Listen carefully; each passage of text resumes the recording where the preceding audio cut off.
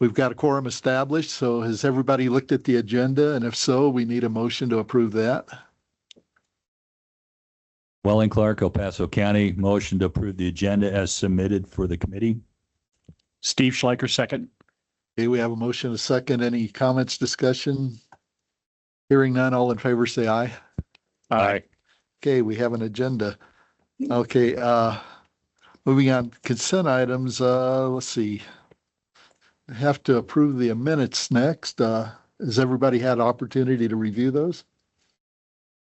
If so, we'll take a motion to approve it if there's Steve Schleicher, so moved. a second. Welling Clark. Oh, go ahead. Chuck Theobald, second. Chuck, second it. Okay, we have a motion, a second. Any other comments, discussion? Seeing none, well, I can't tell on the line. Seeing none, hearing none, all in favor say aye. Aye. Okay, and that passes. Jared, do we have any comments or anything from the public? So, Mr. Chair, we didn't receive any advance requests for public comment. I'll ask anyone who is online to please use the raise hand function to indicate that they'd like to provide public comment at this time. But also ask anyone who's in the room who'd like to provide public comment to go to the podium at this time. Mr. Chair, I see no hands raised online. I see no one making a move to the podium, so I think we can proceed to the next item, your discretion. Okay, thank you. And we'll kind of depend on you for the online stuff for now, since I don't think any of us can see anything, so Blue screen of death. okay. Okay, moving on to number 5A, action items, Widefield Water Sanitation District. If we could have our presenter on that. And oh, there you are back there.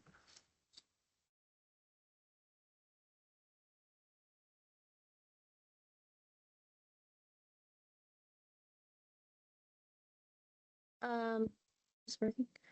Yeah, so we have the applicant online as well, and he can give you a little 5-minute presentation on what the project is. But this application has already gone through the Lower Fountain Water Quality Management Association, through our site application review committee, and through our water quality management committee, with no major concerns. And we're recommending it for you to recommend it to the board, and I will let you, the applicant, give a presentation, and you can ask him any questions you might have.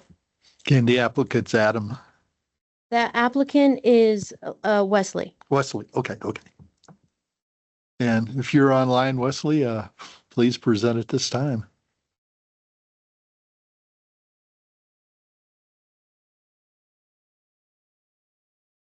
Is he connected, Jared? Okay. Oh, there we go. Sorry, it was, I think my controls were locked there for a moment. Okay. Yep, I'll go ahead and share my screen and just quickly run through what we're planning here.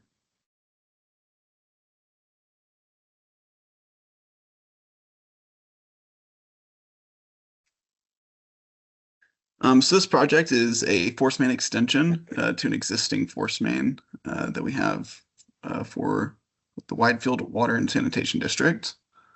This is connected to what we call the Jimmy Camp lift station. So just a quick introduction and some background here. Essentially, like I said, we're installing an extension to an existing sanitary sewer force main. So this system already exists. The goal here is really to extend that flow pathway to discharge directly at the treatment facility downstream. Right now, this existing force main discharges into a gravity sewer, which we're expecting to be nearing capacity next year, near the end of next year. So in order to avoid any capacity exceedances or sanitary sewer overflows, we're proposing this force main to go ahead and bypass that discharge location and relieve that existing sewer.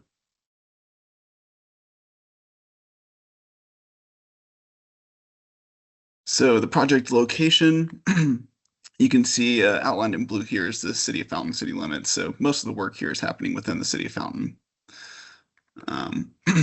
Over here on the east side is where we're connecting. The existing force main runs along Mesa Ridge Parkway. We're going to connect there and cross under the road, traverse down to Cross Creek, and then we will be installing along Cross Creek and Mesa Road until we hit the railroads. Then we'll follow the railroads north and then cut across Highway 85, 87, where we'll follow Rice Lane until we get to the treatment facility there.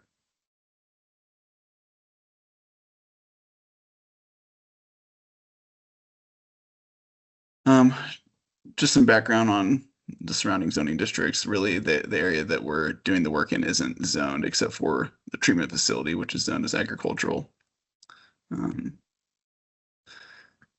And just to give you a better idea of the location here, we have some of the nearby local businesses highlighted here. So, this is around the area where you have the Maverick Culvers. There's a Safeway, a lot of residential development, and then we have the Mesa High School and Jantel Junior High School there to the north. So, the only expected impact from this project, we're not expecting any utility outages or anything like that. There'll just be some temporary traffic control going on in some of these roadways, and it'll just be partial impedances. So we won't be completely closing down roads or anything like that. Just single lanes at a time.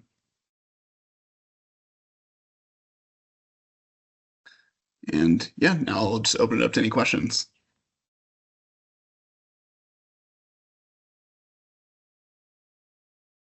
You have one, Willing? I just saw you leaning forward. El Paso County, Welling Clark, you always say I have a question, No, whether I I do saw or you not. leaning forward. I'm No, sorry. no, I was looking at some things, but I do have a question. My understanding from what I saw, El Paso County, or not El Paso County, but Pikes Peak Area Council Government has received all requested information from you, and that has been provided. Is that a correct statement, sir? That's correct. Okay, thank you. Angie, if you could, I've got a question kind of for you on the presentation. I know this has gone before water quality. Did they find everything to be okay and clear everything? Site application review committee or the water quality management committee had any major outstanding concerns. The applicant worked pretty closely with the Fountain Sanitation District and the Lower Fountain to make sure all their T's were crossed and I's were dotted, or however you say that. Okay.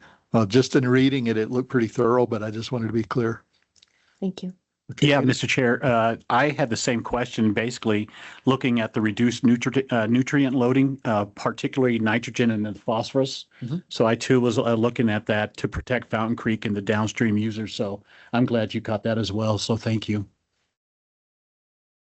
Okay, anyone? Kathy? My question is, on page 14, on the water quality control engineering section, it shows that this will increase the receiving treatment plants hydraulic and organic loading to 200%. Does that mean that it's doubling what can be handled, or does that mean that it will be over capacity? No, this project in particular is not expected to have any impact on the hydraulic organic loading at the plant. Ultimately, all the flows through this force main are already going to the plant. It's just hitting a different sewer first. So we're just streamlining the pathway essentially and bypassing the existing discharge location to get to the plant. But ultimately, all this same sewage is currently going to the plant. Okay, and then on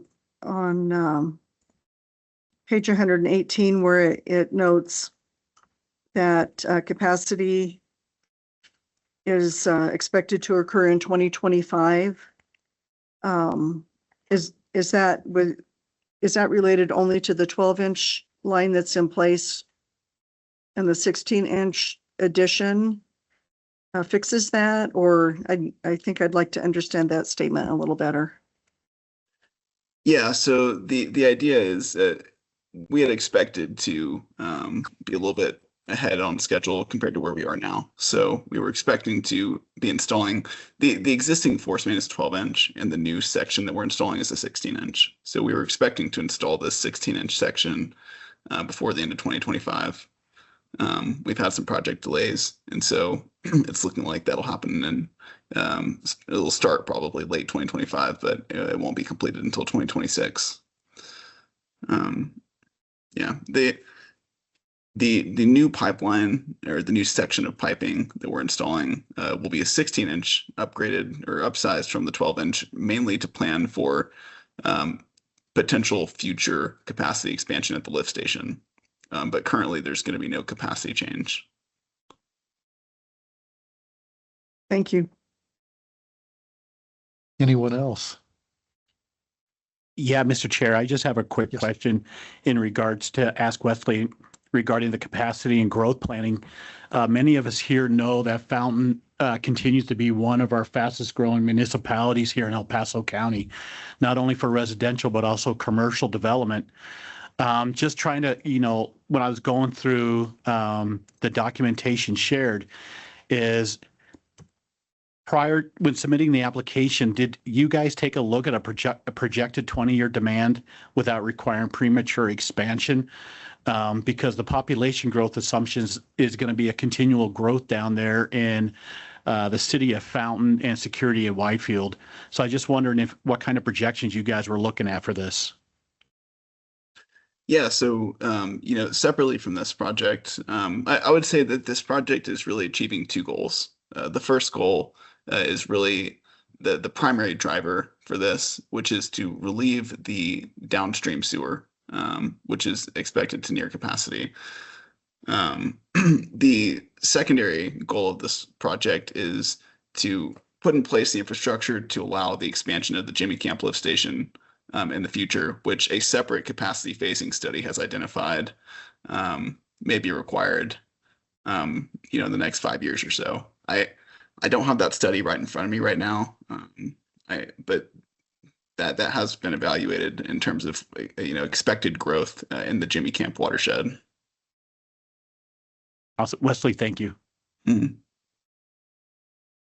Okay, any other questions, comments? Okay, hearing none, do we have a motion to move this forward to the board, or? Kathy Heisey Callahan, I move a positive recommendation to the board. Second? El Paso County Welling Clark, motion to approve, second the motion as submitted. Okay, we have a motion and a second. Any additional discussion? I just want to compliment, other than getting a headache for reading about 1,500 pages of technical documents, but it was very well documented. Thank you. Thank you for the comments, Well. Okay, hearing no other questions or comments, all in favor say aye. Aye. Aye. Any opposed? Okay, and I'm seeing none, so that passed. Awesome. On to the Thank you, board. everybody. And Angie, you're up again. All right, and this is for the Walden site application. Okay, so this application did not go through the Lower Fountain Water Quality Management Association because it's outside of the watersheds that are addressed in our 208 plan and is not in the area that they oversee. So, however, it is in El Paso County, just east of Monument. So it does go through our 208 review process. So it skipped Lower Fountain and went to the SARC. The SARC reviewed the application. They recommended it to the Water Quality Management Committee. However, when it got to the Water Quality Committee, that committee voted to table the application because they wanted more information from the applicant. So the applicant went back and tried to answer some of their questions and came back to the Water Quality Committee in October 15th. At this meeting, the committee did vote to approve or recommend it to you all for review, but one member of the committee did oppose approving the application. Throughout this process, there's been a range of issues brought up by the Water Quality Committee. and the SARC. Many of these have been addressed by the applicant, but I will note that there's two outstanding, one of those being that the applicant has not cleaned up stored sludge, which is a material used in the wastewater treatment process, stored on site. The applicant at the Water Quality Committee did tell me that they had scheduled for November 11th to have that removed, but it has not, they have not demonstrated that they've taken care of that yet. And this was back in July when we brought that up. The other issue, the reason that the water quality committee member voted to not approve the application was because we've asked the committee has asked the applicant for financial documents. This is a private wastewater treatment entity rather than a public. So those financial documents aren't publicly available. Regulation 22, which oversees the site application review process as well, the state's regulation, does document certain financial requirements that the applicant should show us, but we haven't received those documents. And so that is why the Water Quality Committee member voted against approving this. And to see those, to see those financial documents would demonstrate that they have financial capacity for the long-term operations and maintenance of the facility. So that was the outstanding concern. However, we're here today because the committee did recommend to send it to the CAC. So it's here in front of you, and the applicant is online. I believe they're also planning to give you a presentation.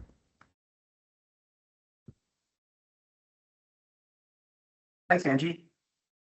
This is Adam Summers with AquaWorks, representing the Walden Corporation on the upgrade of its wastewater treatment plant. So the Walden Corporation serves this area here in the magenta polygon. It's primarily residential. There are two schools within the service area. And then the wastewater treatment plant here site is in this yellow polygon. Here's an image of the existing lagoon and SBR system. It is 53 years old and has reached the end of its design life. So the corporation is planning to replace it with a much more robust wastewater treatment plant. We are proposing a membrane bioreactor, which is the most robust form of treatment. Gets really, really good nutrient removals. We have a lot of these MBRs installed in Colorado. And we frequently hit non-detects for the effluent quality. Let's see here. I did prepare a brief, let's see here, movie, because this does a really good job of showing what it is we're proposing. It's literally a modular wastewater treatment plant in a box, where it's two shipping containers that get installed on top of a buried concrete tank. So once the project is finished, all you'll see is the containers, because the concrete is flush with the ground. All of the complicated equipment is installed off-site, and the container is installed on top of the tanks. Just a little bit of the treatment equipment goes inside the buried basins, but the treatment works is all inside the containers. So we've had a very successful implementation of this. It's perfect size for the Walden project. And at this point, I can answer any questions that the committee may have. Just one before I open it up. When you said off-site, where do you mean off-site? Yeah, so it's built in a factory in Canada. Oh, okay. And then they Okay. ship it, and we drop it on top of the concrete. Okay, and obviously all the cement and everything. Okay, got you. Okay, any questions?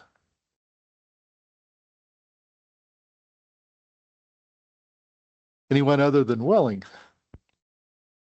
I would have a similar concern to the water treatment board in that removing the sludge seems like something that should be taken care of before, the project looks great. The technology is fantastic. It's clearly an upgrade from what they have now, and you hate to stand in the way of that, but the Walden company also needs to comply with the regulations around preparing financial documentation that has been asked for and removing sludge that has been asked for. And so while I don't have any questions for the technical consultant, I do have questions about why that hasn't been done yet. Okay, thank you. Sorry, I didn't identify myself. This is Chuck Theobald, City of Colorado Springs. Very good points. Do you have one, Kathy? Okay, not yet. Welling? Okay. Welling Clark, El Paso County Representative. I just want to say the previous comments actually mirror my own. The project looks great from the standpoint of it taking advantage of new technology reliability and implementing it. 2 points come to mind from what was cited. One is the sludge buildup. And the question I would have is, how long has that been in effect? It was cited by PPACG that it was, I believe, in the July timeframe, but also that it's planned to be corrected, according to the document, in November 11th of this year. So I was just curious, how long has that been in place? And then I have a follow-up question with regards to the ratepayers for the district here.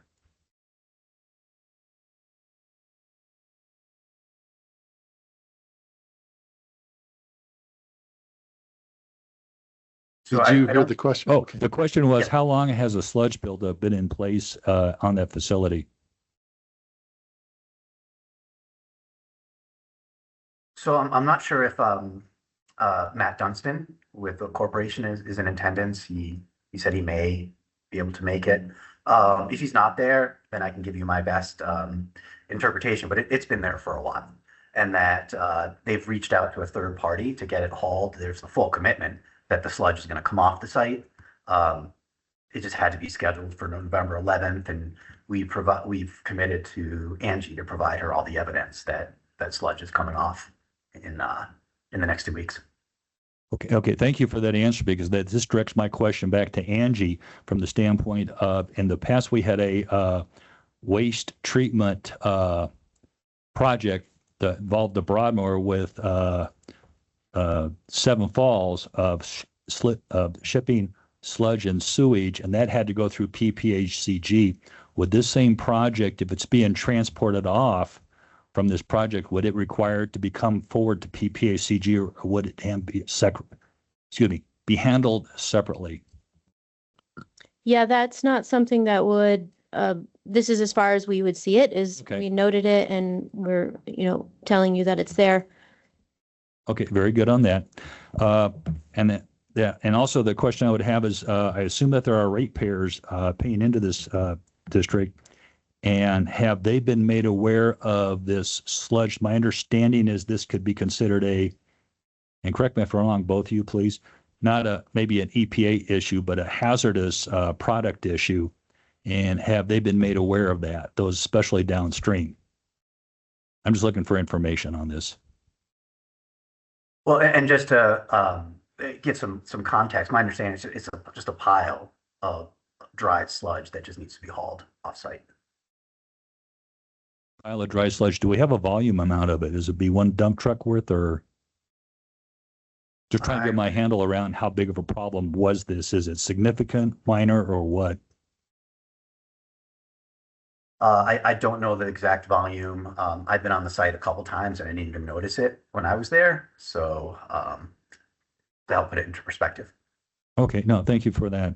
The second question I actually have is, we citizens task PPACG to do due diligence with regards to projects going on. And I bring that up because I don't know how many people here are familiar with the early 1980s with the Benny and Lewis Ranch and Frank Aries. And Frank Aries was a developer. I'm not saying anybody here's going to do that, but the concern I have is he received, I don't know how much it was, tens of millions or maybe $100 million from the city of Colorado Springs for the Banning Lewis Ranch development. And then he skipped town. And last I heard, he was on a yacht in the Caribbean. I haven't heard anything since, but the city has been on the hook. The city of Colorado Springs has been on the hook for hundreds of millions of dollars of development in that area to develop, and it's really hindered it. And the concern I have as a citizen is I want to ensure that my taxpayers and my citizens and my local governments are protected from something happening. When I see this article that has been requested, kind of what is it, a financial document demonstrating a long-term financial capability, that is just a document that, in my mind, and correct me if I'm wrong, that shows that the financial viability and capability of the entities in question are viable. And that gives, I'll say, a feeling of trust and support, because in this aspect, we're asking a little bit of on faith to go ahead and improve this when there have been a couple of issues and information is withheld. Okay.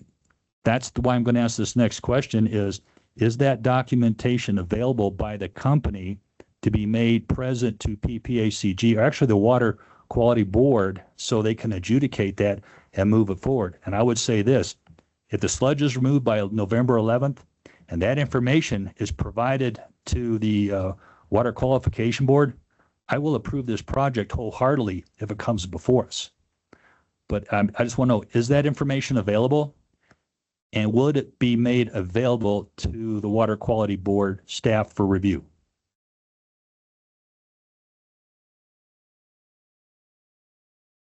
Sorry for the long-winded question.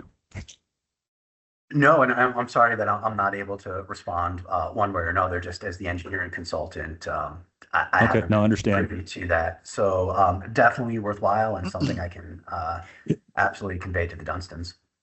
No, that's because that's actually a policy question too. And thank you for qualifying, or that you are the engineer side. I studied your project. I appreciate the rigor of the engineering aspect of this project. Okay. I have no more questions with regard to this, Mr. Chairman. Can I provide a follow-up answer to his previous question? Please. So you asked how much sludge was on site, and we received Yes, ma'am. an estimate of what it would take to remove that. And in the estimate, it says there's an estimate of 5 to 6 in dump loads, which would be 125 to 150 tons. So that's 5 to 6 dump trucks. That's how I read it. Thank you. Angie, that brings up another question. How is something like that safely contained prior to disposal? That's a good, so it's not being, as far as the Water Quality Management Committee's look at that, it's not being safely contained. I did reach out to CDPHE about it. They said they missed it on one of their inspections, but they also hadn't been out there for a while. I don't remember the exact date that they were out there last. And the Water Quality Management Committee did bring up a point that this is open and accessible to the public currently. It's not fenced. And we've had people mention that little kids can go over there via a trail system and access it. We asked the applicant to put up a fence, and I did reach out to CDPHE about that. The applicant is not interested in putting up a fence, and there's also engineering requirements. And due to the type of facility, and Adam, you can add to this too, due to the type of facility being completely contained, they won't be required to do any fencing. They're also not supposed to be storing the sludge on site though. And so they'll have a detention pond that they do plan to fence in. I should let Adam answer that. But as it currently is, the Water Quality Management Committee did bring up that that's an issue. Thank you. Right. They brought up the fencing as an issue for the current facility. The proposed facility is much different, with a mechanical facility that's fully enclosed. Doors are locked. The concrete lids are hatched.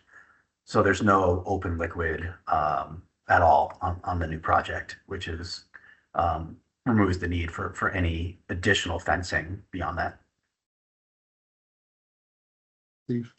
Yeah, so Mr. Chair, if I could follow up to my fellow board member Welling, you bring up some really good points, Welling, in regards to public transparency and communication is, to me, is gaining the trust that the community should be informed of one, construction timelines, odor control measures, and environmental safeguards. And right now, when I actually reviewed this is I would be supportive of recommending approval pending final endorsement by the Water Quality Board. But there's just still so many open questions on this that I just don't feel comfortable passing this through the CAC right now. Did you have Kathy? Kathy Heisey Callahan. With the existing plant as it is and the new plant coming in, would the existing plant still continue to operate until the new system is in place, or would the existing system shut down while the new one is being installed? We're very skilled at maintaining existing treatment with existing plants while the new facility is under construction, and we wouldn't stop treatment at the existing facility until the new plant was operational. And then once the new plant's operational, the old plant would then be cleaned up and properly disposed of? Would that be the plan? Decommissioned, yeah, and not getting too much into the details. I like repurposing things when I can, so we're gonna repurpose the concrete tank that's out there, and yeah, so we've got plans on how to sequence everything. And then I'm also wondering if there's any kind of a backup plan financially. We get in the middle of this and the owner figures out he really doesn't have the funding for it. What would be the recourse there?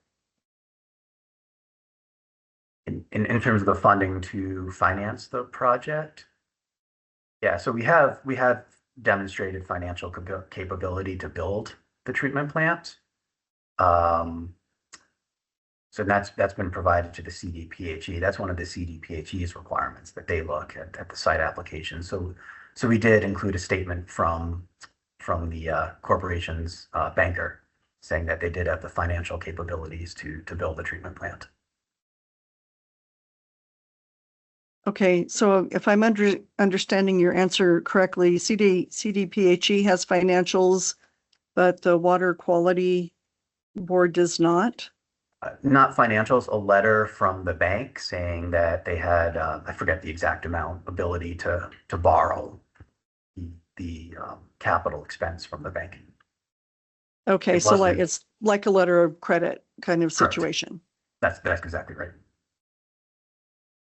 Is that all, Kathy? Welling? And this is a question to Adam.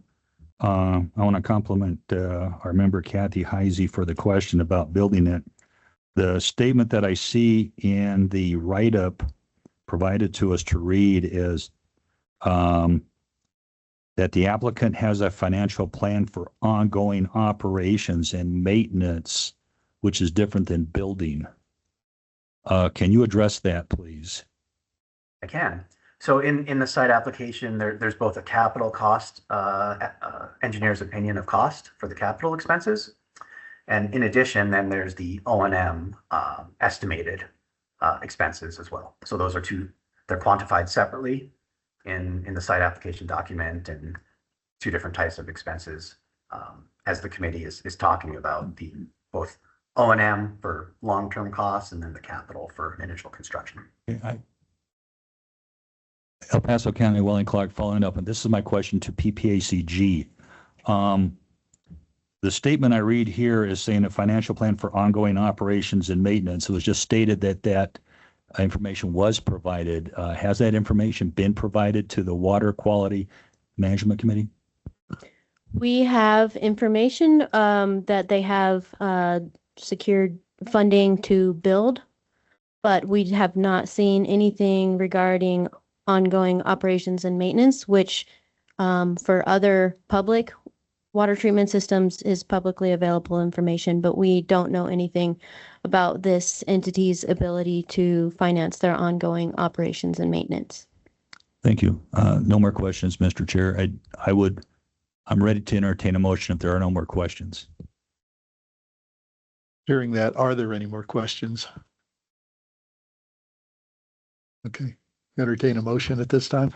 El Paso County, Welling Clark, based on the information provided, it sounds like there is information. I'll make the motion, and then I would like, when there's discussion, to make a comment first of why I'm making this motion. Welling Clark, El Paso County, recommend that motion be approved with option B. Would recommend that the site application be resubmitted back to the WQMC with the information, and then have that forwarded to the CAC next month when that information has been provided, and to satisfy the PPACG, or the Water Quality Monitoring Committee, because at this point in time, sorry for the verboseness, just option B. Okay. Josh, are you the one taking notes on that, or? Okay, you got it down? Okay, just wanted to make sure the motion was down.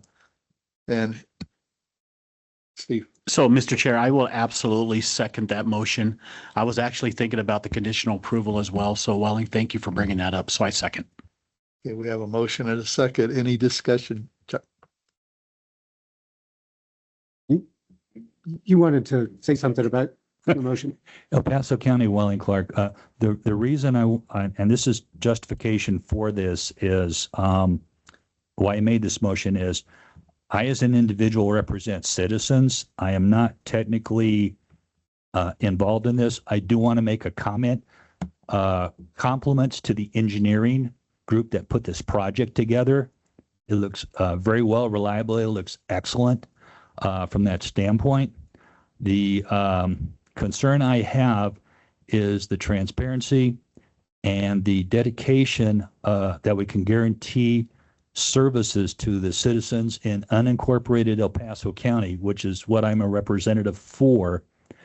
And I just think this is the best course to prevent some problems we've had in the past, where we've had the Banning Lewis Ranch disappear on us, and then also Broadmoor Bluffs Road, which is sunk over 3 feet for over 100 meters, and the corporation decorporated on that and left in that aspect. I do not want to have a possible financial debt. Not saying that's any company here, anybody would do that here, but I just want to make sure it's ironclad and it protects our people. And I also want to compliment the water quality WQMC, thank you, and then also PPACG for due diligence on this too, and bringing things up to help alert us. That is all, sir. Thank you. Go ahead. Mr. Chairman, Chuck Theobald, City of Colorado Springs. I would not be in favor of approving this based on something going back to the WQMC. They have already approved this and sent it on to us. There was only one member there who objected enough. And if we want to ensure that the financial information is submitted and that the sludge is removed properly, then I think our better course of action would be to defer approval of this until we have confirmation on that both of those items have been taken care of. I would be perfectly willing to do an email vote on the 12th of November after items have been removed on the 11th and the financial information has been provided. But I would not be in favor of the motion that Mr. Clark made that we send it back to a committee that has already approved it. So I still have the opportunity to chime in on one thing, that the committee was also mixed about the financials. Well, there was one board member who, Angie relayed, but there's also another board member who said that he didn't find it important to look at the financial information because this was the first time he's been on the committee for 5 or 6 years, and it was the first time that this was being asked from anyone, and he was raising his hand about the scrutiny with this project versus others. Welling.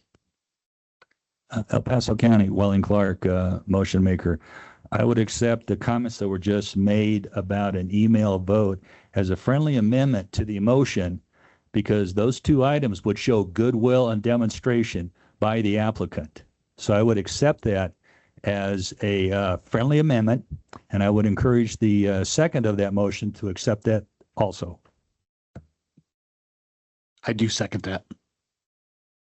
And you got that?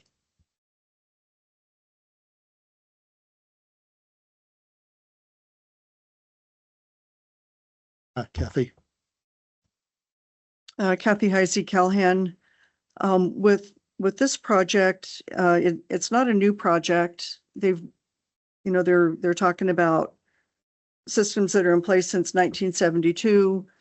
It's serving almost 400 homes and 2 schools with 340 students, and it looks like they have a myriad of failures in the current system. And we've talked about the pollution items and what's seeping and what we don't know is seeping. I guess I'm not in favor of holding it up because we don't have a couple of pieces of information that it sounds like aren't typically, at least one is not typically asked for. It looks to me like something needs to be done here. They've got a solid plan in place to fix the problem, and if they'll clean up the sludge as they've agreed to do. I think that this needs to progress because it already is in place. They already have ratepayers. It's not going to be a matter of a future planning, and now they've run off with the money. We have people that are invested in this since 1972. Okay, anyone else? Mr. Chair, Yes. this is Craig Dossie with Vertex Consulting, formerly with El Paso County. Good to see everybody's faces or hear everybody's voices. I'm also helping out on this project along with Adam. One thing that hasn't been brought up yet from the financial standpoint is there's an existing Walden Metropolitan District that will at some point take over the ownership and operation of this facility from the Walden Corporation. And that Metropolitan District has already been formed via approval of the Board of County Commissioners and through District Court. They also, within their service plan, have the ability to levy ad valorem mill levy to help fund ongoing operations of district-owned and controlled infrastructure like the wastewater treatment plant. So it's not a matter of if there's funding, it's just the mechanism of are they funding it through rates through the corporation or rates through the district and or additional ad valorem tax. Craig, was water quality aware of that when this was originally presented to them? They were, there was some, and it was on our end of framing this as though it was a request by Walden Metropolitan District. So we kind of got kicked back the first time because it's technically still owned by the corporation, but they are aware that it is within the Walden Metropolitan District, who, like every other metropolitan district that's formed with that purpose. It's under state statute, there's a variety of purposes that district can have. 2 of those are water and wastewater, which they under state statute sanitation. So they have the ability to provide the service and to fund the service through the district. Okay, thank you. Hey, Craig, this is Steve Schleicher. Good to see you. Hi, Steve. So several questions, man, as I'm certainly aware of the Metro District mill levy. Are they going to add on existing mills to that Metro District for this project? And then the other question is are they going to refinance those bonds and reset the 25-year clock for those residential property owners? So right now, the district has not issued debt for their treatment plant. Everything's going to be funded through rates at this point. Obviously, I mean, you all see it as CDPH&E finds new ways to increase regulation. and compliance, there may be the need to increase that funding. That can be an adjustment in rates, or it could be through ad valorem mill levy. But they have, that district's not using a fraction of its ability to generate revenue to fund those improvements or the maintenance of those improvements. Is that all, Steve? Yeah, so Craig, I appreciate that, but I guess just going back to is understanding metro districts, is there any discussion going on in regards to refinancing the bonds if we're looking at ongoing operations and resetting that 25-year clock, which would be a huge, as you know, would not be taken over exceptionally well with property owners? Not as of right now, and Okay. part of the reason, Steve, I think is there's a potential that the plant builds in additional capacity because there is an opportunity to expand the service area for that district or for that corporation because there's a couple other new developments that could come online in the immediate vicinity. So it really doesn't make sense to refinance that today when you have that additional growth that's on its way. Awesome. Thanks, Craig. You're welcome. Willie?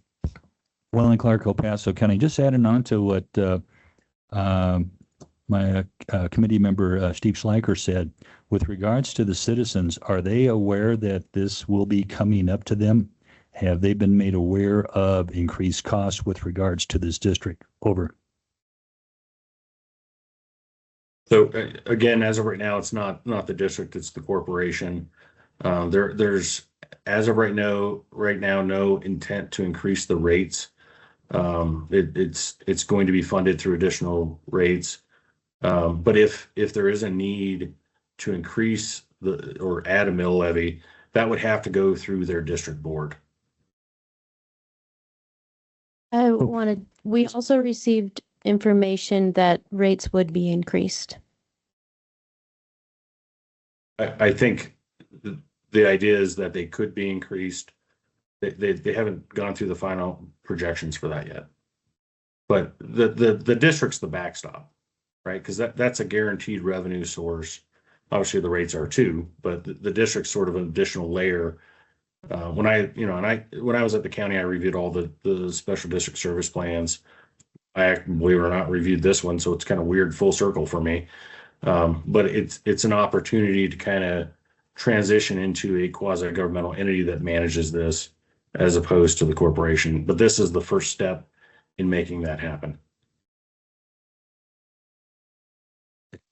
Well, in Clark, El Paso County, just so then the question I have is from a standpoint of transparency for the citizens, are they aware that their rates may be increased, or are they even aware of this project and issue being brought forward? Over. That's a great question, Mr. Clark. I don't know the answer to that. We can find out if they've been notified, and we can certainly provide that notice if that's something that's requested.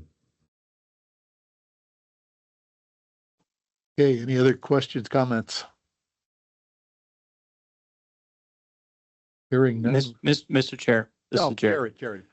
Just as a point of clarification, the motion at the right now is to conduct an email vote on November 12th. Is that correct? Is how I understood it. That was the amendment, yes. Well, in Clark, El Paso County, is my understanding that the motion is that that recommendation B is adhered to with the understanding that a email vote on November 12th is conducted with regards to that the sludge has been removed and that the information has been provided to the WQCM to their satisfaction. And that would basically be a delay of about 12 days is all. That's my understanding of what the motion is on the floor. Mr. Second, do you concur? Yes, sir.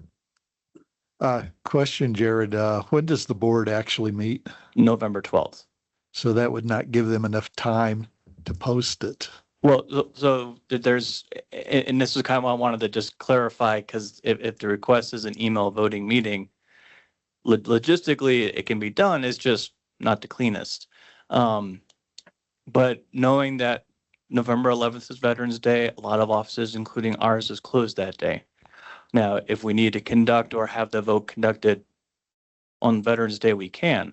At the same time, November 12th is the board meeting, so there is the opportunity to have the deadline be before the board meeting on the 12th, and have a positive recommendation go to the board. Well, But my that's why- question is, how is that going to be posted to the public a week or 10 days in advance? So we can, I'm not too worried about the posting part because we can post a meeting and say, hey, an email meeting is going to start at X time. And for an email vote, all we have to do is make sure that that's recorded as such. But this is something we have not done here. It is not something we typically like to do. We do have that option available to us as kind of a break glass in case of emergency situation. It can be done. The notice part is, we'll get it noticed. That part I'm not too worried about. It's just the timing between a holiday and then the board meeting on the 12th. And if there's a desire from the CAC to have that conducted before, ideally before 8:30 on that Wednesday morning, pending us getting notification on the 11th that has been completed as per the motion. But I just wanted, there's just a lot of timelines in play here. So I just want to make sure that CAC is aware of that and what they're proposing. Okay. We'll have John, Kathy, then Welling. Yeah, Mr. Chair, members of the committee.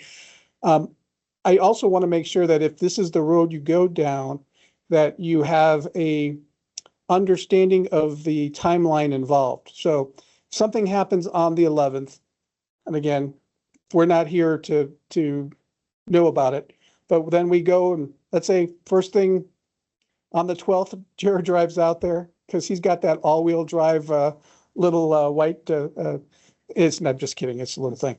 It's a little Chevy.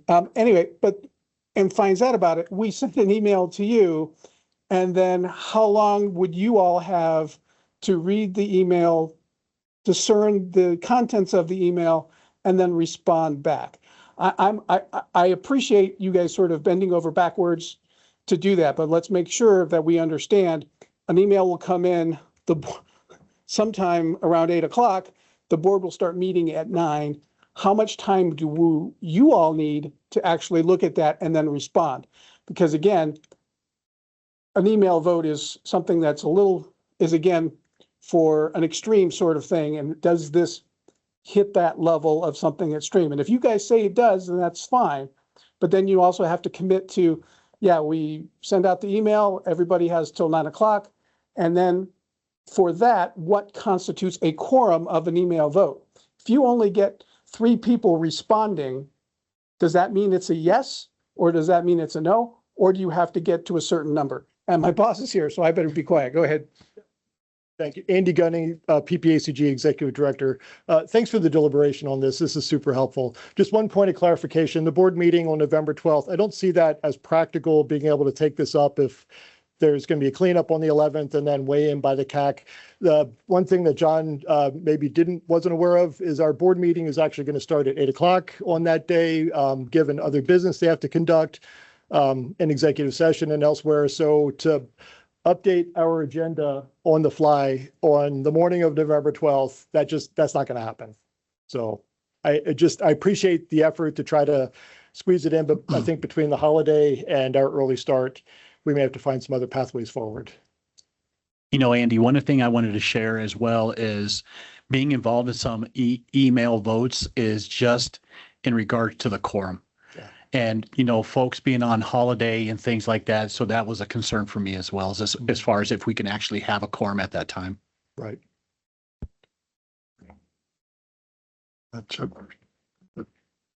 My understanding is that the Walden Corporation, as opposed to the Metropolitan District, has been aware of the sludge since July and didn't schedule it until a holiday in November.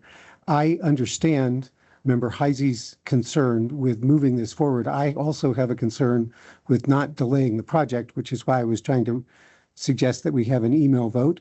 But I don't think that the delay in the project comes from the CAC. I think the delay in the project comes from the Walden Corporation's failure to follow the instructions of the Water Quality Management Committee in cleaning up the sludge prior to bringing it to the CAC.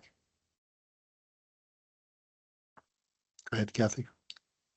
My question is, I'm not sure why we're jumping through all of the hoops. Water quality recommended to pass this on. They had one member dissenting, and so now we're not going to look at this on the merits of the project. We're looking at it from one person that dissented and really kind of putting blinders on the other information that we have. So I guess I'm not fully supporting the, we're going to dig our heels in and make them comply. We could certainly pass on to the full board that we had this concern and that we would like to see confirmation that the sludge has been removed, possibly before they vote on it. But if we keep kicking it back to committees and holding off till we can have another vote, and in the meantime, we've got 380 some homes that are sending their sewage to a plant that's leaking and has various other issues. Okay, Welling, if we proceed on, we need to take into account comments from John and Andy on your original motion. Right. In that regards, Mr. Chairman, as the motion maker, I have one question for the applicant. Would a delay of 1 month stop this project from being completed in the appropriate time that is currently scheduled? Yes or no? Yeah, this would be you, Adam. I was hoping that was to Craig, because I don't know the answer. I'll take that one. So we have to do a site development plan with El Paso County Planning anyway. We are needing sign off by PPACG, El Paso County Public Health, and then also planning. I don't know that a month is the end of the world. Obviously, I think the discussion's valid that some of this is self-induced. That doesn't, that rings true with me. So I don't think that's the end of the world. I do know that there's a very strong commitment from the corporation to make things better, and not to make light of anything, but CDPH&E did not flag the sludge on the site, and they have been to the site. Now, they haven't been there in a while, but that sludge has been there since they've been there, before they were there. And that's not to minimize it, but to the point that we are working with CDPH&E, they are, we're very active in trying to make things right. And I think they didn't flag it maybe for a reason, maybe, who knows. But we do need to move this forward. I don't know that December's the end of the world, but if there's a way to not make it December, I think we'd be interested in that. So my understanding with what I read I asked for a yes or a no, that 1 month would not kill the project. Is that correct? That is correct. Thank you.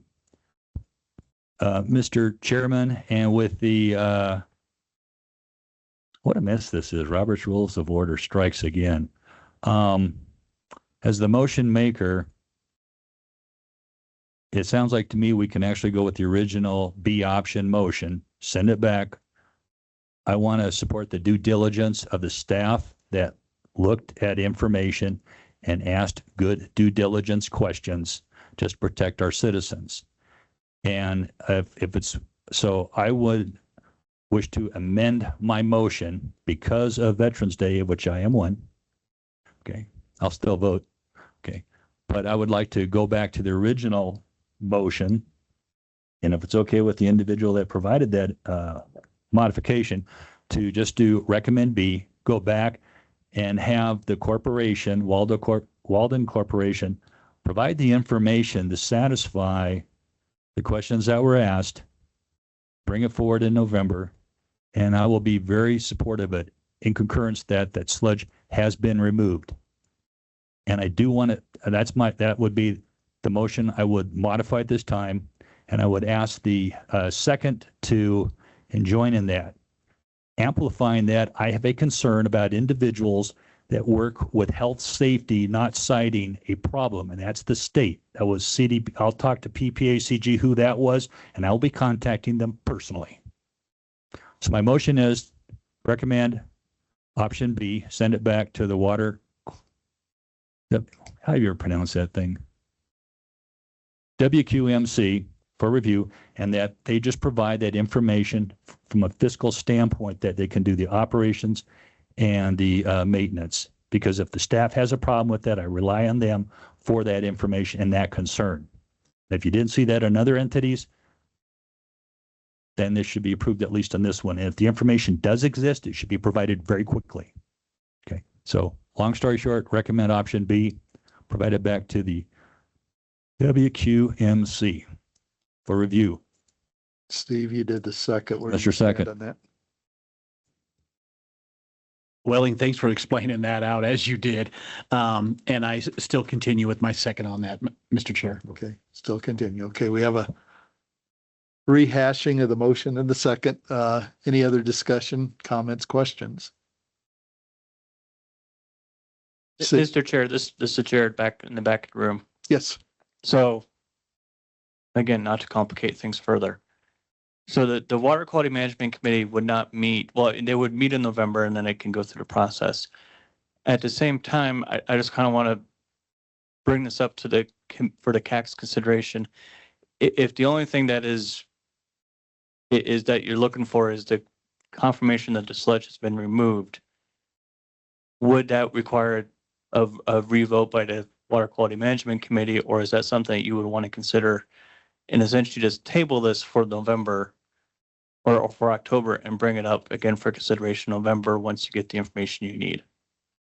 And willing to make me clear, it was more than just the sludge. It had financial It's ramifications. two issues. One is the sludge that is corrected. And then the second one is that the information for, let me just read it exactly, that the applicant has a financial plan for ongoing operations and maintenance, because it sounds like that has been requested in the past by other entities for bringing projects forward through PPACG and the WQMC. I'll get that right sooner or later. Okay, so those two things, if we can bring it back and they can be resolved, they can be brought forward, I will support this wholeheartedly. Does that answer your question, Jared? Does that work? It does. I just kind of wanted Okay. to make sure that did we referring to committee or did the CAC just need information at the time? Well, it's not that CAC needs the information, it's that the information is that the sludge is removed and that the information is provided to the WQMC and that they're satisfied and it's brought forward to us. Okay, I just wanted to clarify. So Okay. Does that make sense, Mr. Chair? I did. Hey, any other questions, comments? Hearing none, all in favor of the motion as presented. If you need it read again, we can do so, but I think we've heard it. Yeah. All in favor, say aye. Aye. Any opposed? Nay. Nay. Okay. Raise your hand if you said aye. Okay. Raise your hand if you said nay. Thank you, Willie. Sorry.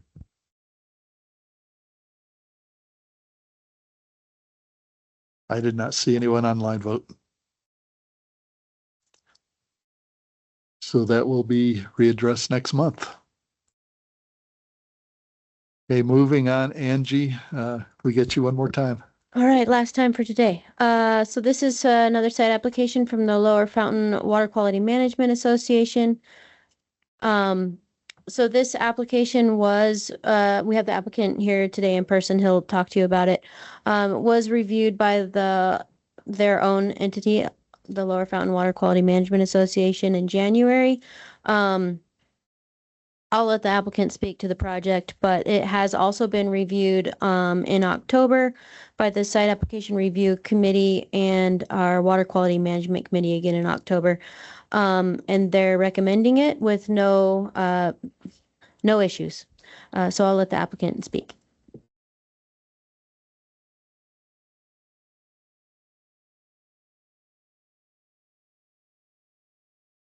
Afternoon, I'm Jonathan Moore, Fountain Sanitation District. I'm the Assistant District Manager and the District Engineer. Last year, we had a lift station that started to fail. It was built in 1955. It serves about 25 homes on a dead-end street. What you see here is a manhole lid that leads to that lift station. Again, it's just basically a manhole with two pumps in it. On the side of the street, right in front of a residential property. You go to the next slide. This is a drawing from 1955. It's been modified since that in different, more modern ways with new pumps. Go ahead and go to the next slide. So when it started to fail, we really didn't want raw sewage backing up in people's homes. So I hustled, came up with a new design, a more modern design, taking the valving out of what we call a wet well. So staff doesn't have to go down in that to service that. Now they can service that in a valve vault, all concrete. None of the flows changed. All the homes are built except for four. There's 4 lots that could be added to this flow, but really bare minimum kind of flows. We hired a contractor. We got her built last year. It's performing very well. We submitted everything to CDPHE because there was no original site plan approved by CDPHE. And they said, hey, we really want this to be reviewed by all the entities in El Paso County just to see if there's any issues. And that's why we are here today. We've gone through everything. Is there one more slide? I'm trying to Okay, that was it. Again, it's been built and has been completed. And we're just going through the process with CDPHE. I would be happy to answer any questions that you have. Is it working right now since It it's is. built? Been Okay. working for over a year. Okay. Sure, Willie. Welling Clark, El Paso County. Easy question. I was looking at the application on it and the permit number said pending. Do we have a solid permit number or is it held up by the state right now? That's right. CDPHE has not given us a permit number yet. What can we do to get them to do their job? I don't want to get you in trouble. Right. Yeah. No, again, this is one of those really old, before CDPHE probably existed. I assume 1955 is when it was put in. And we're just trying to get all the documentation caught up.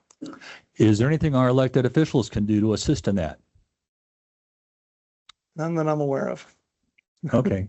If there is, please provide that information to PPACG. They can get it to us because we're all here at the appointed by elected officials. And so we just want to help. Thank you.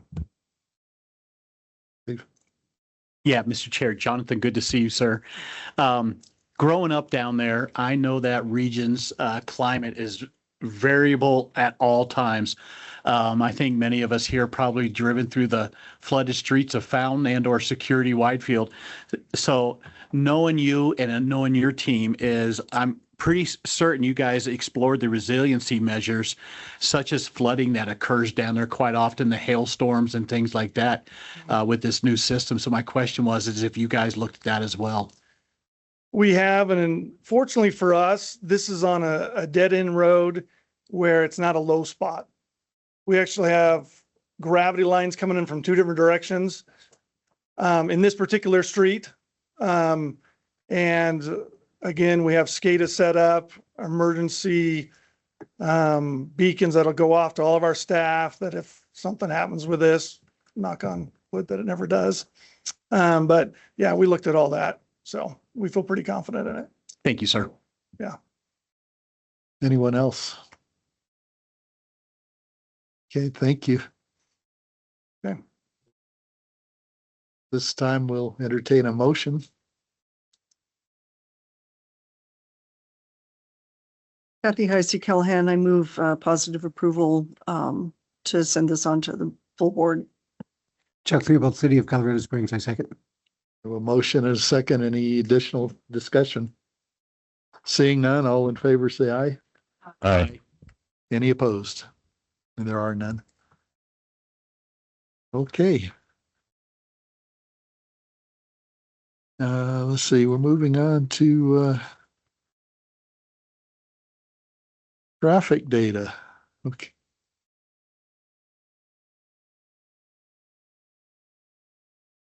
Hello, committee members. My name is William Mast. I'm the GIS and Modeling Manager here at PPACG. Here to bring before you a request to approve some surface transportation block grant funding for a traffic data service that we have used for about 4 years now. Local match is being provided entirely by the city of Colorado Springs. In the past, it was split between El Paso County and Colorado Springs. But for this next go round, Colorado Springs will be providing the local match entirely. The surface transportation block grant fills in the remaining funds, and it is used to provide traffic data service for all of our member governments within the region. That data allows us to calculate things such as turning volumes, origin and destination analysis, and other metrics which are used to help calibrate travel demand models and also identify traffic congestion, peak travel times, and other metrics that can be used to help with signal timing and traffic engineering. So it's a valuable service. TAC has approved these funds, and we're bringing it before you for the same approval. Happy to answer any questions about this. Can't believe it. No questions. Welling Clark, El Paso County. Just want to say I have studied the work done here, and it is done very well. It's done on an hourly basis, traffic and everything. And the only question I would say is the city of Colorado Springs updating PPACG with regards to new traffic control projects, such as things that change the traffic flow and everything. Are they keeping you all up to date? They are. In fact, one of the things we were just talking about with Todd Frisbee, the city's traffic engineer, was some of their intelligent traffic systems that they've been incorporating in conjunction with CDOT. Those would be things like intelligent traffic signal timing, where they've got detectors. So when they detect the block of traffic coming through and then there's going to be a gap, they can go ahead and switch the signal timing on the fly so that when the next block of traffic starts coming through, the signals can cycle through and then turn green again.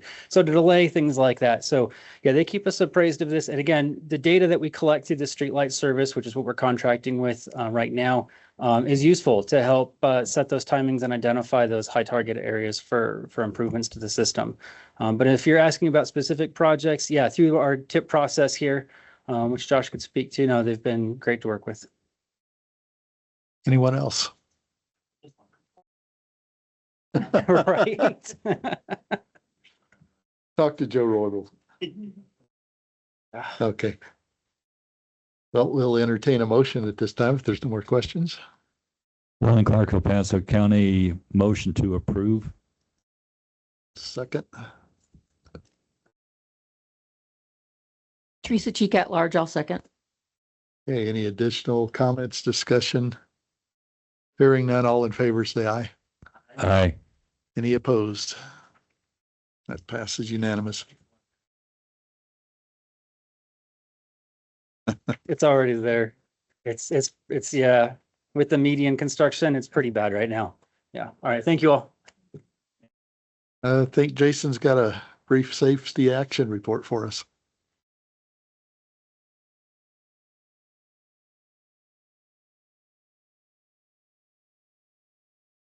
All right, thank you. I don't know how brief it is. Let's call it medium. It's not long. Okay. Okay. Well, John's behind you, so that'll speed it up. That could speed it up. Yeah, that'll keep me on track. So just a little refresher real quick, because it's been a couple of months. So this is we're presenting on a comprehensive regional traffic safety plan that's funded under the federal SS4A program.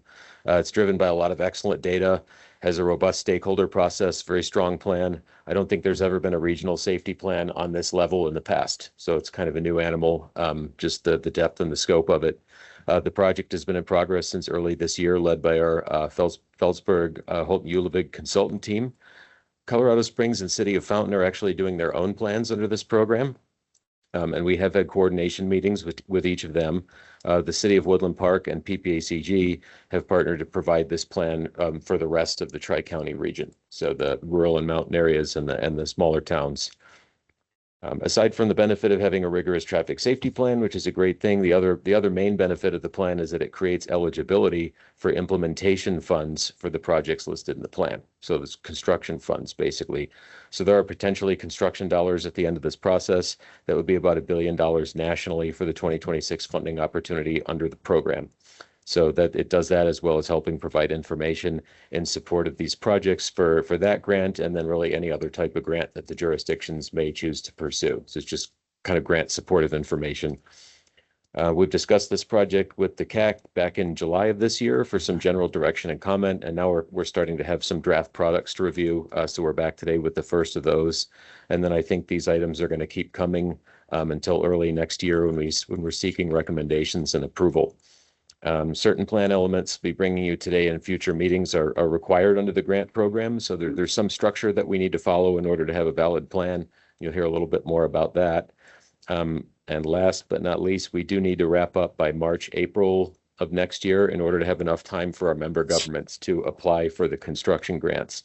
And that means getting final board approval no later than April. So really need to stay on track. So definitely talk to us and let us know what you need to keep going forward. And with that, I'll turn it over to our consultants for a little presentation. Great. Thanks, Jason. Just to go through, this is the agenda for this presentation. A quick sort of refresher on the safety action plan. I know we've presented this before, but we'll just go through it. I just want to touch upon the outreach and the engagement that's been completed thus far, the analysis that's been completed, and next steps, and the project schedule. What is the safety action plan? It's basically a data-driven strategic document that outlines how a community, region, or organization can significantly reduce fatalities and serious injuries on the roadway network. Its guiding principle is a safe system approach. This figure, I'm sure everybody's seen this a few times. It lists the principles and the objectives. So the principles are, death and serious injuries are unacceptable. Humans make mistakes. The human body is fragile. Responsibility is shared. Safety is proactive. Things of that nature. And then, of course, we have achieved this through safer roads, safer speeds, safer people, safer vehicles, and post-crash care. So basically, these are strategic bins in which we want to develop countermeasures that will eventually lead to actionable projects that will result in a reduction in these fatal and serious injury crashes. With the SS4A grant, the Safe Streets and Roads for All grant program, the idea is once we complete this for the region, we will make it, the region will be eligible to apply for implementation grants in 2026. And of course, the eligibility for future implementation grants requires certain things to be completed as part of this SS4A program. To touch upon how we are doing our analysis, because this is a big, large region, we had divided it into 3 sub areas based on, we have the mountainous side, we have the urban suburban portion in the middle, and then the plains rural portion to the east in El Paso County. The idea is to look at these separately, but the program itself, as we develop our safety countermeasures, will provide a regional framework, because safety and safety issues don't stop at boundaries. So hence the word comprehensive safety action plan. I alluded to the requirements of a safety action plan per the SS4A program, and these are the 7 requirements. I won't necessarily read through these, but this is what we're strictly following and making sure that we complete as part of the safety action plan. And as you can see, it is as you see, number 3 and number 4, it is data-based safety analysis, and is centered around stakeholder and public input. So we want to hear from the communities. So it's an informed safety action plan. The engagement to date, these are all our engagement activities. We've been meeting with all the agencies. We've presented at 3 TAC meetings. This is our second CAC. And then, of course, this is just a list of all the meetings that we've completed. We had an online mapping and survey that was active until October 6th. So we got some good amount of information, input from the public and stakeholders that we will be summarizing and using to inform our project selection process. Now moving over to the safety analysis side of things. So this is the process that we are following. We're developing of the high injury network. I'll touch upon that in a moment. And then development of a high risk network. I'll touch upon that as well. We are currently completing the level of service of safety analysis, which is a statistical analysis of the safety performance of different facilities as compared to similar facilities with similar traffic exposure around the state of Colorado. So the idea being, is a facility that we're looking at performing as expected, or is it worse? Meaning there is potential to improve safety at that location, or if it's performing better than expected, which would, which would be a great thing. So that is the part that we're in, along with the prioritization of the top location. So that's where we are. This will be, I'll talk about the next final two steps in a later slide where we talk about next steps towards the end. The high injury network. So this is at the core of the safety analysis of a safety action plan. The idea is to identify intersections and corridors which are with the highest safety concerns. So we use weighted safety crash severity index, which will be shown in the following slide, and tie that to the roadway network. So there's a whole process in which we process the crash data, we process the segmenting GIS-based roadway network, and then tie the two together and see which areas in the region are performing the worst and that they constitute a high injury network. The goal here being that once you identify these areas, we can prioritize funding or safety funding to those locations so that we can have an effective safety action plan or a future plan for prioritized projects. This is something that was shared in the memo, but this is the process that we followed for the development of the safety action plan. On the right, you see the weights that we assigned to each severity. So fatal had a rate of 11, and these are all based off of the costs associated with each of these crash types per FHWA. So the fatal and serious injuries with level A injuries and have the highest weights. And as you can see, minor injury and complaint of injury crashes have much lower. In this process, we developed the WCSI for intersections and for segments separately. And meanwhile, we developed the roadway network in GIS and segment it as appropriate. We joined the crash data and then developed the segmenting process. The final product is ranked intersections based on safety needs as well as segment ranking, leading to a final high injury network. This is just some quick, just a quick idea. As you see on the left, you can see how the high injury network intersections are a small percentage of the total intersections.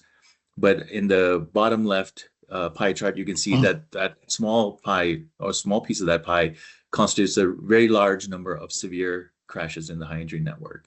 Similarly, in the corridors, we have a minor slice of the 205 miles of the high injury network corridors that constitute a high percentage of the high injury network, high injury crashes in the region. This is just wanted to quickly share the high injury network intersections and corridors. We have these color-coded based on severity, with red being the worst corridors, with the larger red circles being the worst or worst performing intersections. And these are scaled based on the weighted score that each of them got. On the right, the corridor colors, again, they're also weighted based on their safety performance, and the red being the worst, and areas of concerns are still yellow and green in this map. We listed these intersections and corridors in the memo, so you can get exact extents of these corridors, the exact names of these intersections in that memo. This is for a similar for the urban-suburban region.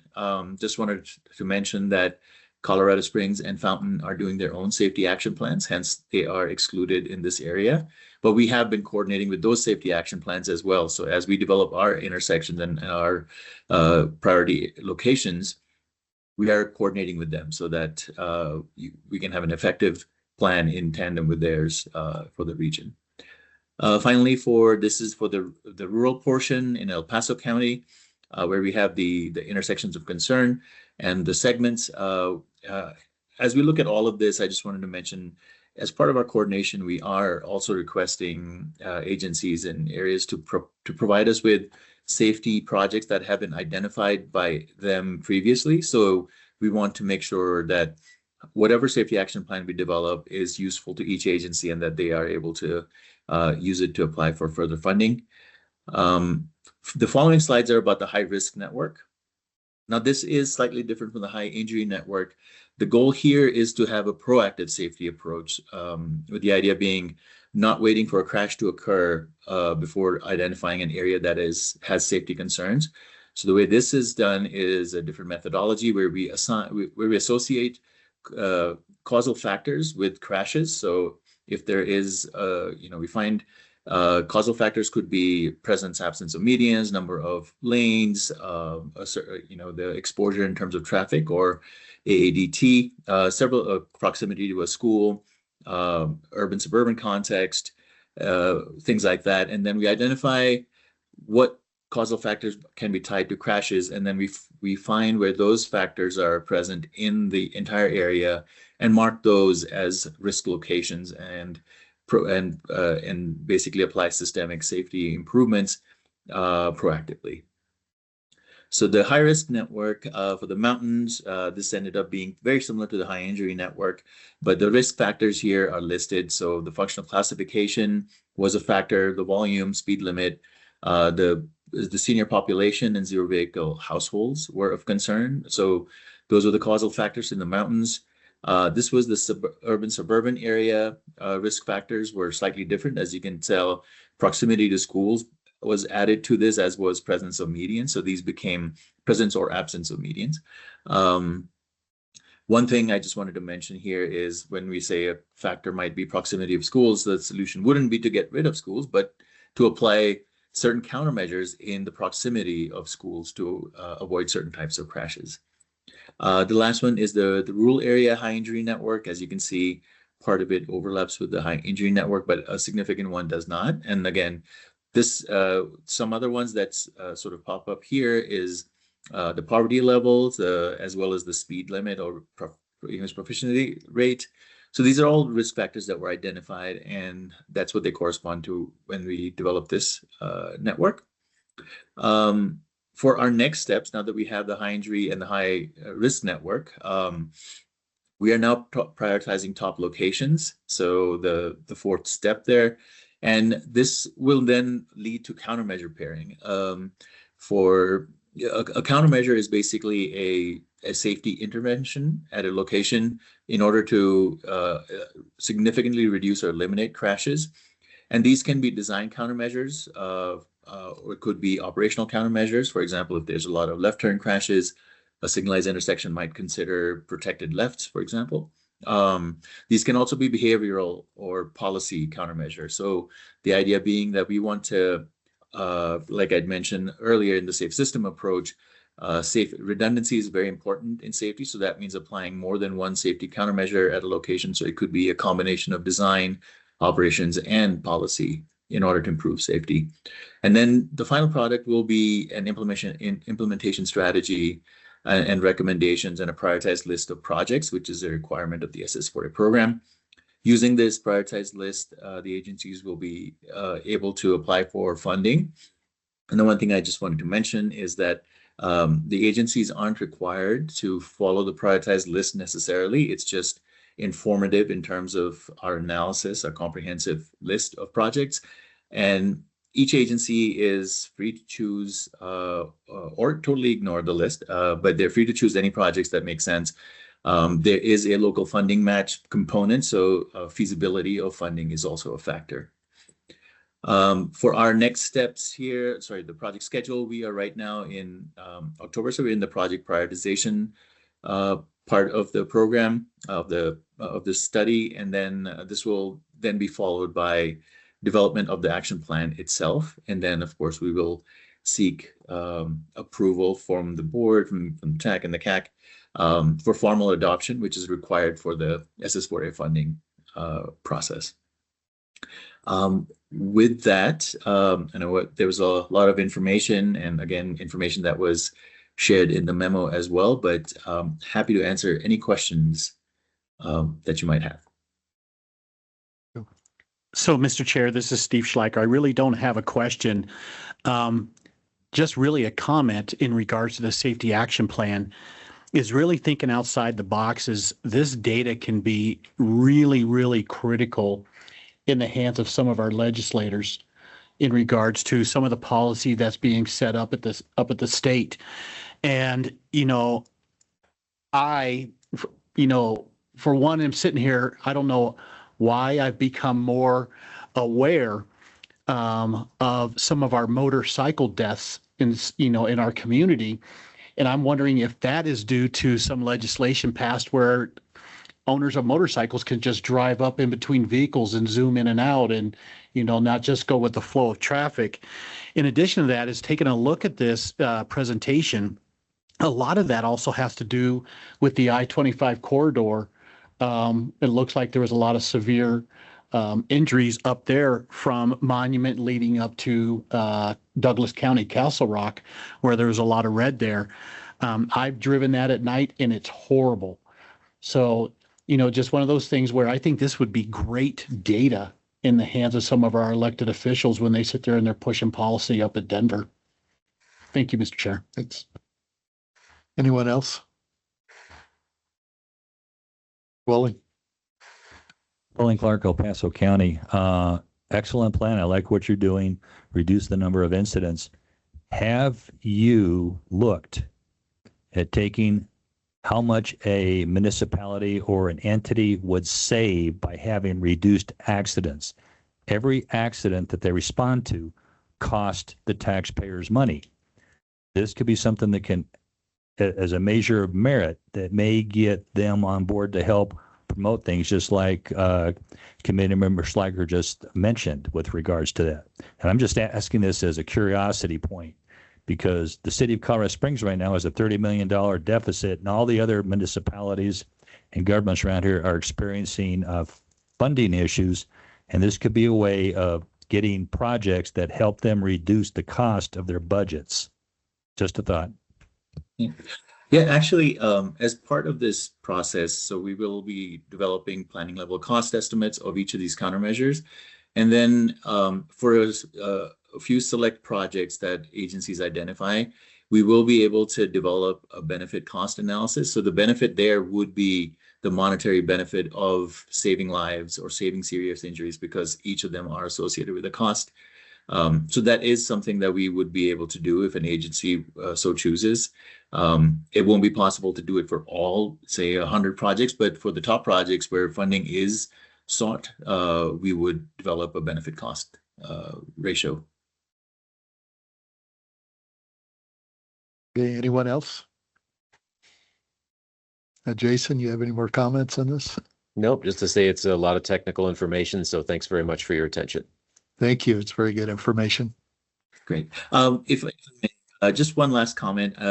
Please. It would be great if we could get comments on the the projects that we've identified, locations that we've identified. So if there are locations that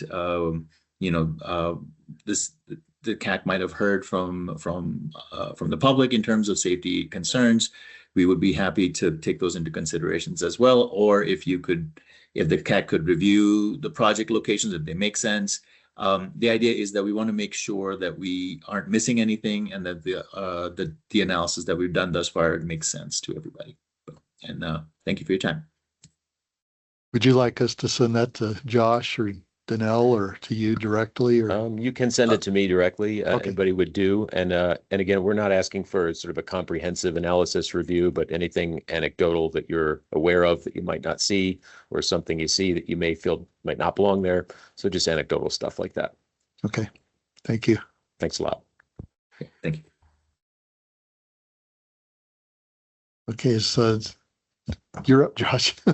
Good afternoon, everyone. CDOT Region 2 staff, John Hall, is here to provide an update regarding the regional priority program funding that's within the PPACG region. With the amendment, or with this item, there's a memo from CDOT along with a spreadsheet for the RPP funding that's in October here. I'll turn it over to CDOT here.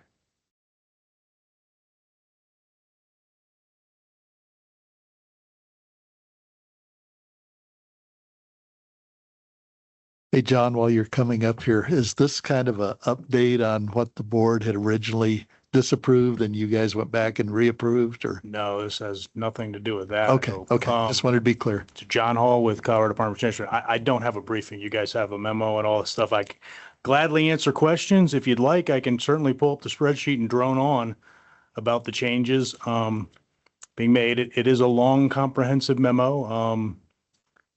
You know, I definitely didn't come here. I think it's pretty clear.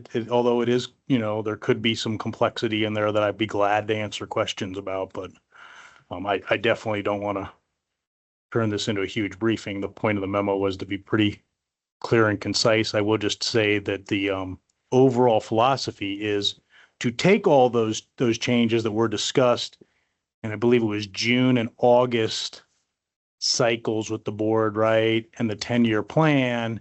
And now that those have been approved locally, admittedly, the CDOT Transportation Commission has not approved them yet, right? They're actually probably not going to approve our new 10-year 27 and beyond list until it looks like January, February right now. I'm not a spokesman for them. I'm not trying to, but I believe that's what the timeline looks like at the moment. What we're trying to do here, though, basically is realign the RPP funds to the realistic projects that are coming in the next 10 years. Make sure they're married up. Take some funds where we had, you know, a few $100,000 slotted to safety improvements on, you know, certain corridors. Well, that's not really going to deliver anything. Let's make sure to marry them up with real projects.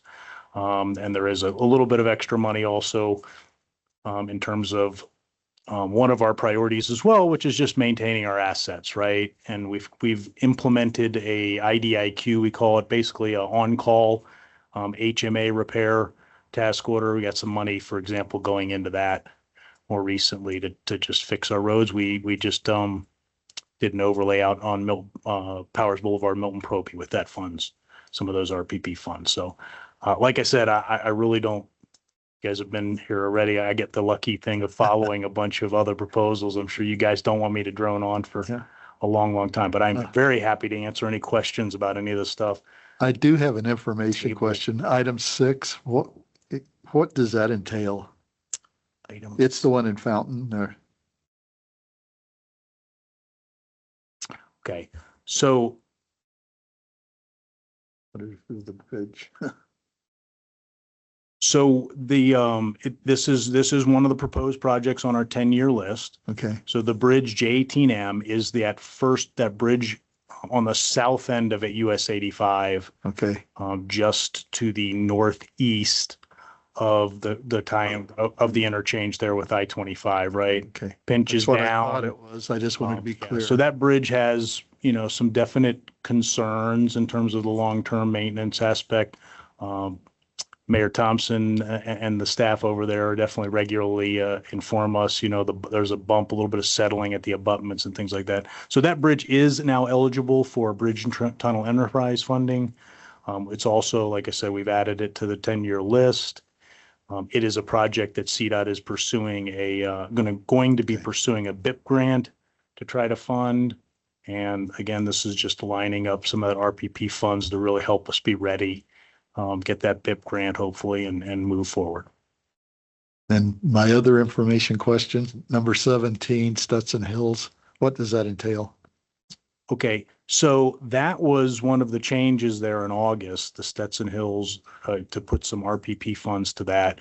So that's one of the projects on the PPACG long range plan. And what it really is just trying to bring in some of those potential capacity projects, you know, and get them on the radar and get some design. We are only, you know, on the 10-year plan, it's going to be a 31 to 36 project of $2 million. Obviously, we're not designing an interchange for $2 million, or we're not building an interchange for $2 million, but we want to initiate design. And again, this lines up some RPP funds to also supplement that and just help us get on the ball. The main intent is to be ready, right? As we know, there's cycles in transportation funding. We want to start thinking of these interchanges. We've been thinking about Milton Propey for a few years. Did some great work with the city in terms of laying out a potential interchange there. That's on the list as well, again, just for design money, but Stetson Hills is just the next one on the list to be ready. It's a intersection with a lot of safety concerns in terms of traffic accidents and stuff. Okay, just wanted to be clear. Yep. Anyone else questions for John? No, so Mr. Chair, I just wanted to be sure, the J18M bridge, is that the one off the Fountain exit in Charter Oak Ranch Road as you're going on to Santa Fe? Is that bridge way south? The other side of then Charter Ranch, right? Got it. On the east side. Yep. Yeah. Over Fountain Creek. It's by the trailer park. Yep. Yeah. And it's got that old hotel or apartment by it. Yeah, I just wanted to make sure. In fact, I thought I was in the right area, but yeah, thank you. Well, at least it's on radar. Okay, anyone else? Well, thank you for your time, John. My pleasure. Thank you. And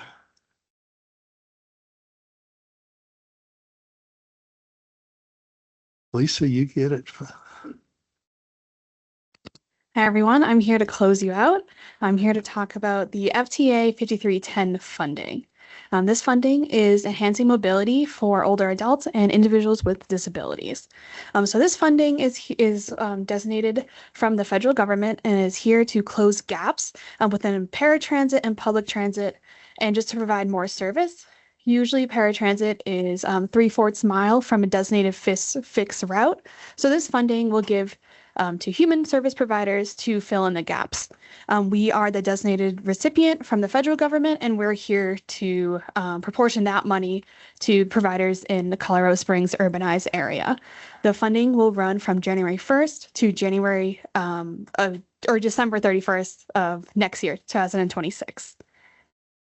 So right now the funding available is just over $620,000. This is subject to change. We have not gotten our allocation from the federal government. What we did was what we got last year and just did 80% of it. So if we do get a little bump down, we will have that within the funding. And if we get more than we anticipated, then we'll just adjust the numbers. And so where we are right now in deadlines and important dates, the application was released on October 7th and it is due November 4th at 5 p.m. And it will be finalized by December of this year, 2025, and it will start for January of next year. So how the process will work, first we get all the applications. Again, it's open right now, and then PPACG staff will screen the applications. After that, it will go to a subcommittee, the technical review subcommittee, and they will rank and score the applicants. We already have a scoring criteria, and we're working on finalizing this subcommittee. After that, it will go through the TAC and then also the CAC here. And then you will vote on next month as an action item on the eligible recipients.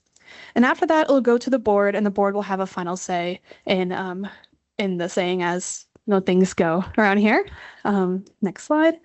So currently, again, applications still open.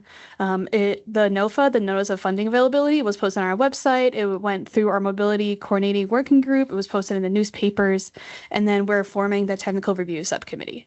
So we're still in the early process of it. I just wanted to come here as an information item to let you guys know.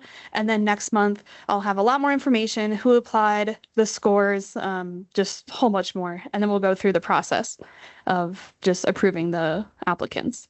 Right now, I'll take any questions. You did your You great. let me off easy. Thank you. Awesome. Thank you, everyone. Okay, does anyone have any announcements? Oh, what'd you say, John?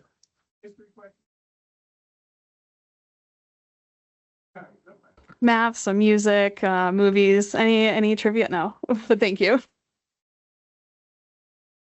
Okay, anybody have any announcements or? Okay, hearing none of, okay, Well, in Clark, El Paso County, this is a plug for all you Marines. And okay, and everybody else out there. The November 15th, the National Museum of World War II is doing a special briefing on Iwo Jima and the value of it, of what it provided in World War II, actually providing a base for long-range fighter support for its aircraft and all. Thank you. Okay, thank you.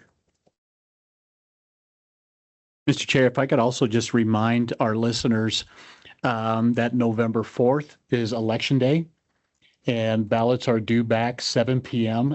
Postmarks are not accepted. And if you have yet to cast your ballot, it is too late to mail it through the United States Postal Service because it will not make it back to my office. So there's other ways you could visit 41 of the secure ballot drop boxes throughout the El Paso County, or go into any of the 12 in-person vote centers. So just wanted to put a plug in to get out the vote.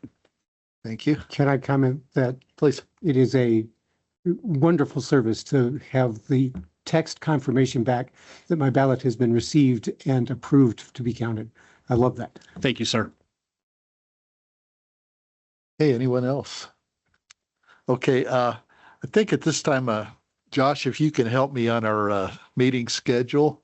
We've got some holidays coming up, and I think what we need to do is a poll or something to determine. Josh, you're working on that? Yeah, so our next meeting is set for, I believe, November 26th. That is the day before Thanksgiving. I believe that is the next meeting.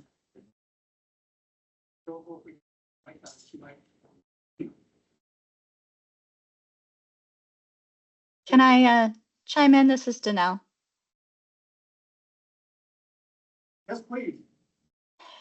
I will send out a poll to everyone to make sure that we will have quorum on that date, and also on December 31, because that is New Year's Eve.